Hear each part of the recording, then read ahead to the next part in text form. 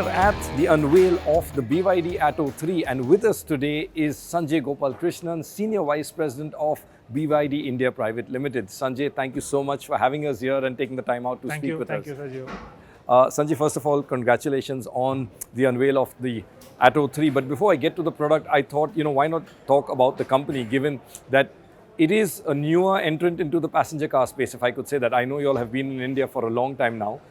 Coming from Bombay, I've seen some of the buses too. So why don't you tell us a little bit about BYD? Yeah, I think BYD India as a company has been in India for last 15 years in various forms. We started with electronics, and then of course we diversified into buses and then electric forklifts. These are the three main businesses. For buses, we are a technology partner. We provide the battery and the chassis, and the third party partner does the buses, bodybuilding and sells it to the state transport, union. Electronics is a separate unit, but it's a part of BYD. We have been manufacturing structural components, and other, mobile phones for various mobile manufacturing companies in India. The passenger vehicle business, it's as new as you rightly told. We started with the BYD new E6, which we launched in November 2021. It was primarily focused for the B2B segment. So that's where we stand. And now, of course, today we are with the BYD all-new electric SUV, which is a born e-SUV. Right, absolutely. So, yeah, in fact, that's an interesting journey that you've had, right, from commercial vehicles to buses. And I think you've even transitioned some of your dealers into passenger car dealerships.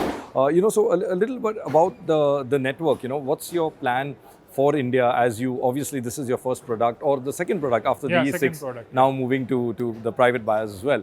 But what's the plan for your network? How do you as a company want to grow your network in India?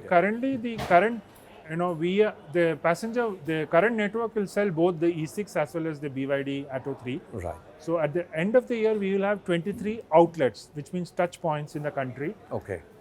By end of next year, we are planning to expand to almost 53 touch points.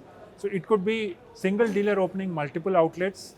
It could be new dealers coming up, but we are looking at around 53 touch points all across India, which could cover the Tier 1 cities and some of the Tier 2 cities where the EV demand is there. In fact, for a start, seems like a decent enough spread. The point is also you are an EV player. Do you think that would be enough, or do you think that, as India also goes down the journey of electrification, you would need to expand? See, in terms of, as we know, we are a global EV player. We only manufacture EVs. Next year, we want to stabilize with the current products. E6 and Atto 3, we want to stabilize it. We want to see the customer acceptance. Like E6, we are hoping that we will get a very good response for BYD Atto 3. And we expand we utilize the capacity at the plant, Chennai plant, where we can assemble close to 15,000 numbers per year. So we want to do that. We want to actually bring customers to know more about BYD and its technology. And then, of course, depending upon how the market is growing and how EV market is growing in India, we would come out with a range of products for Indian market. Correct. Right. So you said, Sanjay, you are a global company, and from what I know, you all are a very large EV player as well. I think just maybe 2 or 3 months ago, you all surpassed Tesla. Yes. Right, as the largest EV producer. So congratulations on that as well. But where is your largest market? China obviously is your large market, but I believe Norway as well. Or what are your large markets? I think in the last 1 year, we have actually expanded into geography. So Europe, we started testing in Europe in Norway. Right. And I think last week we announced entry into Europe. The Paris Motor Show will see actually the unveiling of various cars in Europe for the Europe market. We have expanded in Australia. We have launched in New Zealand, Costa Rica. We have launched in Japan. The Asian market. We are already there in Singapore. We have announced yesterday. We announced Thailand. So we launched in Thailand the Atto 3 yesterday. So I think overseas market we are expanding. By next year, we will have a significant presence outside China, including India. So I think that's how the market is expanding, especially in the PV business. Commercial buses, we are already there in most of the markets with 60%, more than 60% market share in electric buses in that space. Right. So coming to the Atto 3 as well, the car for India, it's not yet here. I think it's a month out. from when you'll announce pricing. I know I can't pin you down to a price, but where do you think does the car sit, in terms of the segment? As a segment, we are looking at to position as a premium SUV player, premium SUV segment.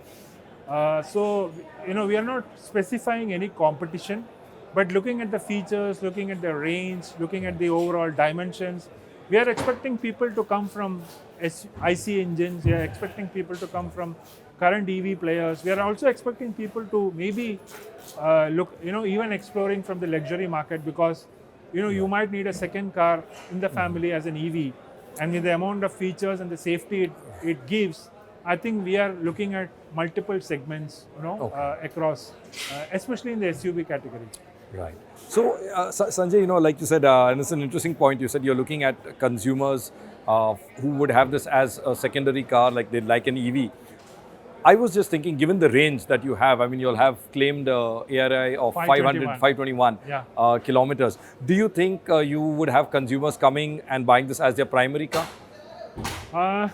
See, as a premium SUV, I am not sure.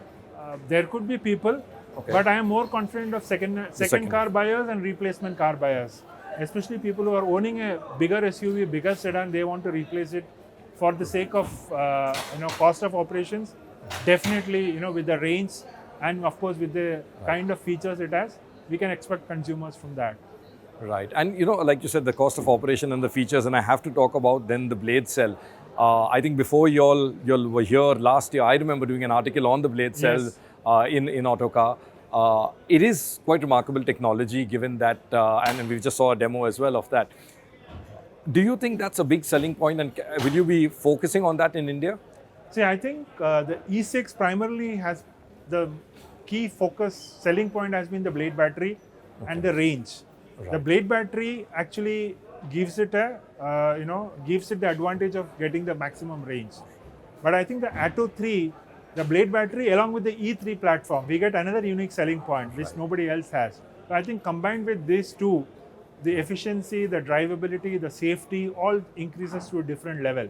So I think that is going to be the key. I think globally also blade battery is the key selling point for us, along with the E platform. So I think that's going to be the key selling point in India, because that allows us to maximize the range, the efficiency, even range in low temperatures. So all those, it's connected with the blade battery and the E3 platform. Right. So you are going to be using the cutting edge of the blade for your marketing. Great. Yeah. Great. And I think, the last question, I know we're short on time. You're a busy man today. No. But in terms of charging infrastructure, every EV manufacturer that has come to India has had some sort of tie-ups. What are the kind of tie-ups that you all have, or do you all not have tie-ups? What is the plan? So I think we have already done some tie-ups with some of the startups in India. We have tied up with Charge Zone. We have tied up with Voltic. We are exploring other charging partners also. Basically, this will help us in putting up charging infrastructure. We are also trying to put up charging infrastructure in the dealerships, DC fast chargers or dealer showrooms at the dealer workshop, so that when the customers come, they can charge it, or whenever they're passing by, they can charge it. And plus, we are also providing a 7.7 and 3.3 kilowatt charger for their home charging operations. That is with the cost of it. Yeah, with the car. Considering the range, I think most of them are going to use this option frequently, and whenever they're going out, I think the infrastructure, the public infrastructure will come into play. But I think as a OEM, we also feel that over the next 2-3 years, India will have enough charging infrastructure across highways, across various hotels, across various cities. That's what we feel will accelerate the EV penetration in the country. Right. Great. Thank you so much, Sanjay, for speaking with us. Thank you for the time. Thank you. And wish you all the best. Thank you very much.